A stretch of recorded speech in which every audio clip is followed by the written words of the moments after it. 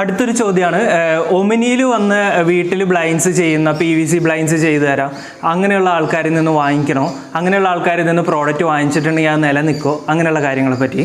അപ്പോൾ നിങ്ങൾ അങ്ങനത്തെ ഒരു ടീമായിട്ട് സംസാരിക്കുമ്പോൾ അറിഞ്ഞിരിക്കേണ്ട കുറേ കാര്യങ്ങൾ ഞാൻ പറഞ്ഞുതരാം.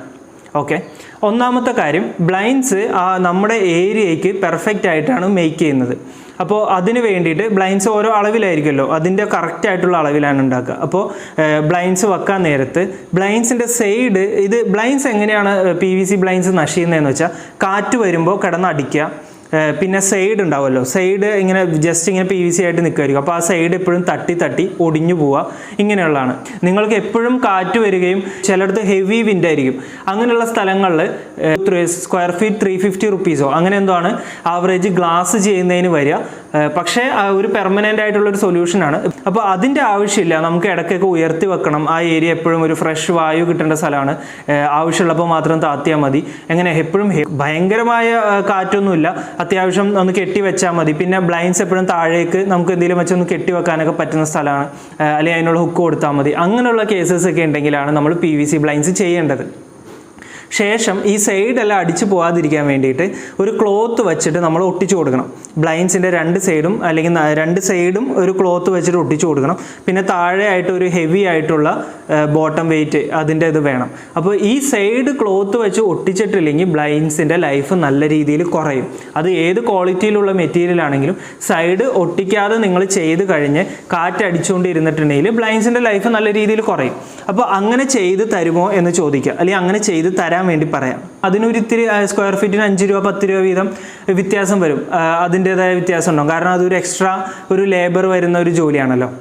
പിന്നെ ഉള്ളത്, എത്ര ഏരിയയാണ് ബ്ലൈൻഡ്സ് എടുക്കുന്നതെന്നനുസരിച്ചിട്ടാണ്. ഒരു 95 രൂപ തൊട്ട് ഒരു 130 അല്ലെങ്കിൽ 120 രൂപയുടെ ഇടയ്ക്കാണ് ഒരു സാധാരണ കേസസിൽ നല്ല quality PVC blinds including installation അങ്ങനെ വരുന്നത്. ഇങ്ങനത്തെ ഒരു പ്രോഡക്റ്റ് ഒരു 5 വർഷം വരെ നമുക്ക് ലൈഫ് കിട്ടണം. അതുപോലെ തന്നെ അത് അത്യാവശ്യം സർവീസ് ഒന്നും അങ്ങനെ വരാതിരിക്കരുതാണ്. പിന്നെ വന്നാൽ നമുക്ക് റിപ്പയർ ചെയ്തെടുക്കാൻ പറ്റുന്ന ക്വാളിറ്റിയിലുള്ള നല്ല ഒരു പ്രോഡക്റ്റ്, അതിൽ ഏറ്റവും ഇമ്പോർട്ടൻ്റ് ആയിട്ടുള്ളത് ഫിക്സിംഗ് ആണ്. നല്ല പ്രൊഫഷണലി ഫിക്സ് ചെയ്തതായിരിക്കണം. അതായത് കറക്റ്റായിട്ട് നല്ല ലോഡ് ക്യാരി ചെയ്യുന്ന രീതിയിൽ അത്രയും പ്രൊഫഷണലായിട്ട് ഫിക്സ് ചെയ്ത് തരുന്നതിന് ഈ ഒരു റേഞ്ചിലാണ് വരിക. ഇനിയിപ്പോൾ നമ്മളൊരു വലിയ ഏരിയ ആണ് ചെയ്യുന്നതെങ്കിൽ, ഓഫ് കോഴ്സ് ഇപ്പോൾ ഒരു 300 സ്ക്വയർ ഫീറ്റ് ഏരിയ നിങ്ങൾക്ക് ചെയ്യാനുണ്ടെങ്കിൽ ഈ ബ്ലൈൻഡ്സ് അത്രയും റേറ്റ് കുറച്ചാണ് നിങ്ങൾക്ക് തരിക. അതായത് അതിൻ്റെ ഡിസ്കൗണ്ട് എല്ലാം കുറച്ചിട്ട്. ചെറിയ ഏരിയ ആണെങ്കിൽ കുറച്ചും കൂടി റേറ്റ് കൂടുതലായിരിക്കും. അങ്ങനെയാണ് ഇതിൻ്റെ റേറ്റ് വരിക.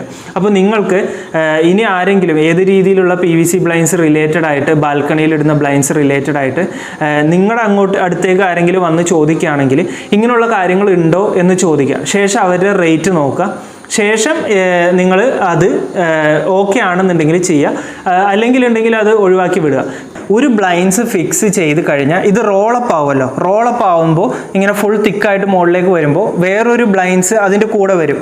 ഇപ്പുറത്തെ ഒരു ബ്ലൈൻഡ്സും കൂടി ഇടുന്നുണ്ടെന്ന് കരുതുക. അപ്പോൾ ഈ 2 ബ്ലൈൻഡ്സ് നമ്മൾ ഓവർലാപ്പ് ചെയ്ത് ഇരുന്നിട്ടുണ്ടെങ്കിൽ ഒരെണ്ണം പൊക്കുമ്പോൾ നിങ്ങൾക്ക് മറ്റേത് പൊക്കാൻ പറ്റില്ല. മനസ്സിലായല്ലോ? അപ്പോൾ അതിന് വേണ്ടിയിട്ട് മിനിമം 0.5 അല്ലെങ്കിൽ 1 സെൻറ്റിമീറ്റർ ഗ്യാപ്പ് വേണം ഈ ബ്ലൈൻഡ്സ് തമ്മിൽ.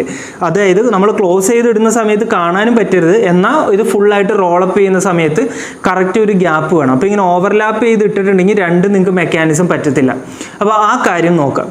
ബ്ലൈൻഡ്സിൻ്റെ നീളവും വീതിയും ആണ് ഇതിൻ്റെ സ്ക്വയർ ഫീറ്റ്. അതായത് 5 അടി വീതി 10 അടി ഹൈറ്റ് ആണെങ്കിൽ 50 സ്ക്വയർ ഫീറ്റ്. ഇതിൻ്റെ കൂടെ ഒരു ഫ്ലാപ്പ് ഇങ്ങനെ ഇടുമല്ലോ, അതായത് ആ ഫ്രെയിം ഒന്നും കാണാതിരിക്കാൻ വേണ്ടിയിട്ട് ഒരു ഫ്ലാപ്പ് ഇടും.